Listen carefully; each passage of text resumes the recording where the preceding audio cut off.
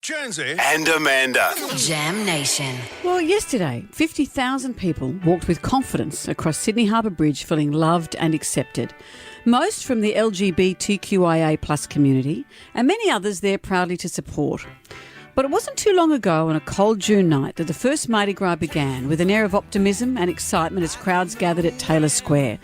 Hundreds of people began streaming down Oxford Street, decked out in costumes and makeup. They chanted out of the bars and into the streets. However, as they continued down Oxford Street, a familiar dread encroached. Some of the partygoers felt the atmosphere change as police became agitated.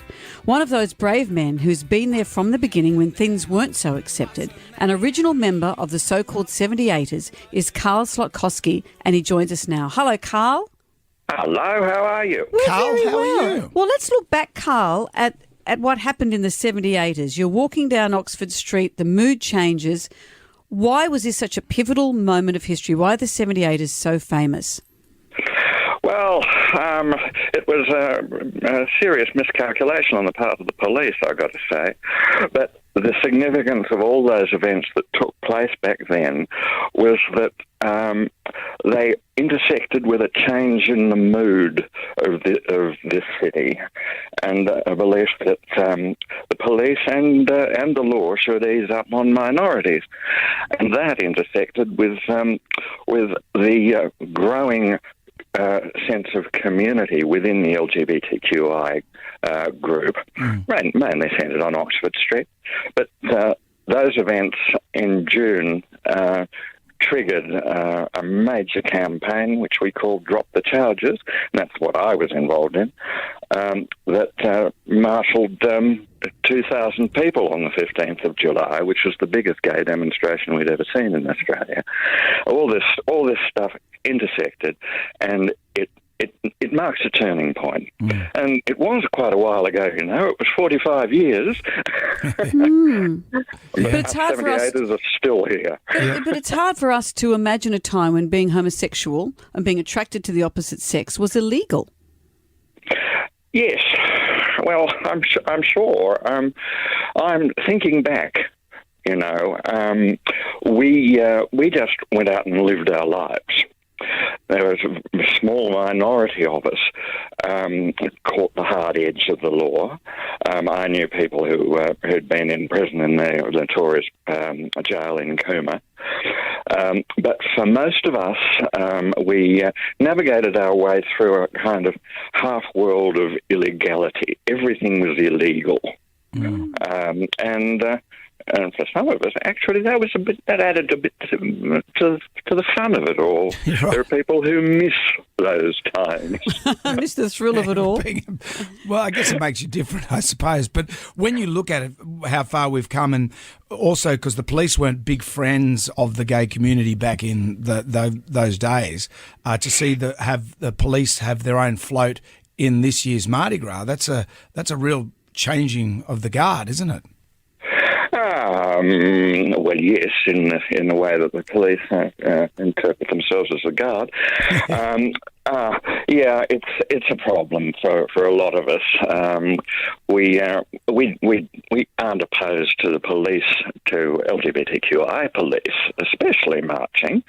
The major issue is the uniform and the guns. Right. Interesting. But you know, that's triggering for a lot of people.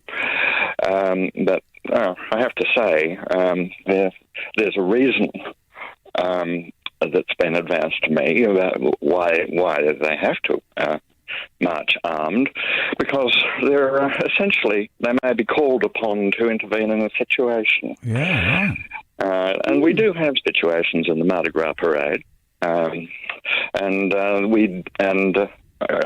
can remember 20-odd years ago being grabbed by a very handsome young man in sequin shorts and not much else, who hauled me into a doorway, and I thought something was going to happen.